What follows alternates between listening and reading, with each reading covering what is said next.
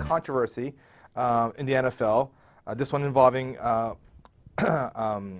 Ray Lewis, among several other players. What they're doing is they are using deer antlers as a performance-enhancing drug. Apparently, deer antlers have, it's called velvet antler. It's like the soft coating that covers the antler itself. And what they do is they take that, they freeze dry it, then they make it into a powder form and put it into capsules or somehow make it into a liquid spray. And don't do it. Yeah. What are you going to do? You're going to pull Sarah Palin and kill that poor deer for your nonsense capsules? Yeah. Ray Lewis, don't do it, man. And apparently, it has the same effect as human growth hormones. And what it does is it aids greatly in recovery. It helps build tissues. It strengthens tissues more so than you can ever do by training alone. Yeah, I'm incredibly skeptical about this story, right? But a lot of people are swearing by it. They're swearing by it, and I actually have a personal experience with it. Oh, really? Is that why you made the NFL? No. In case you don't know, Steve didn't make the NFL. Full disclaimer, never even tried out for the NFL. Really? Really. Yeah. Although he was pretty good on the high school football team for a couple of weeks before we went shopping. Hey, I was MVP of football on our Martin Luther King weekend trip.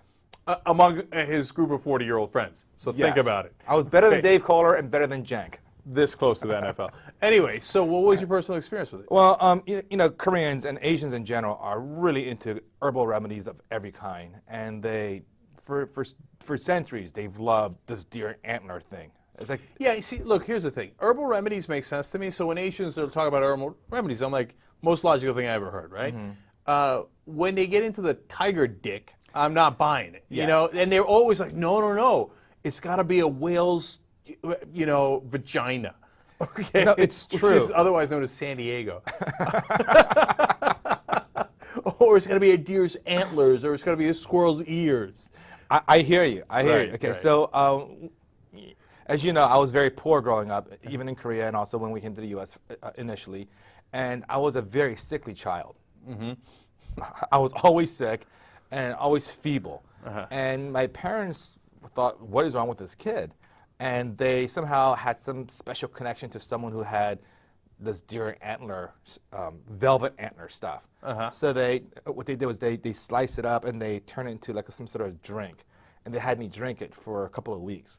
And they swear to this day that after that I've been, you know, fine. I've been healthy, and it's true. I've been much healthier than my sister, who didn't have it. Okay, and the other reason why I semi-believe this is that apparently if you give this to children who are too young, they actually become, in the words of my mom, retarded.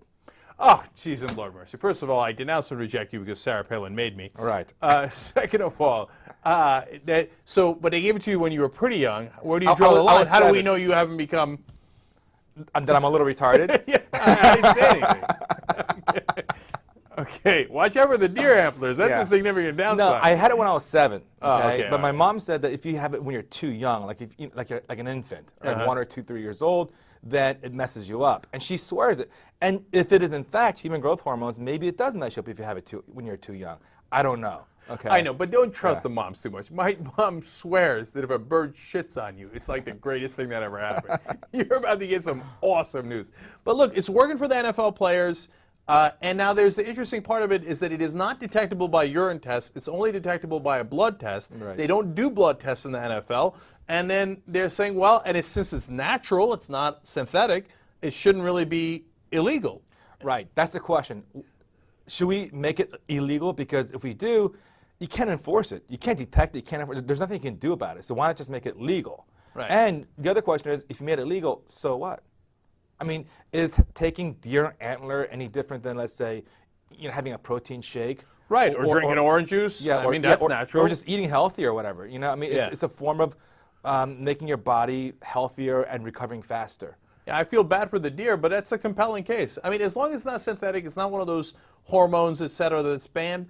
I don't know, let's try it. And besides, I want the football players to be quicker, faster, and I don't really, you know, their well-being, that's their issue, not my issue. I don't know, maybe I'm being an ass. Besides which, they're all on steroids anyway. Keep it real, okay? Yeah. I mean, nobody ever talks about it, right? They only talk about it in the context of baseball. But have you seen the linemen? They're all on roids. Okay, now you're worried about deer antlers? Please. I totally agree. I think worrying about deer antlers is the least of their concerns. I mean, there's so many things that are way more important: concussions, the steroids, other things, the deer antlers, whatever. Right. And look, I originally I didn't believe in the deer antlers, and neither did Tom Jackson. But Bart Scott had something to tell us. To all the non-believers. How did that? To all the non-believers, especially you, Tom Jackson. Apparently, Bart Scott into the deer antlers. Who knew?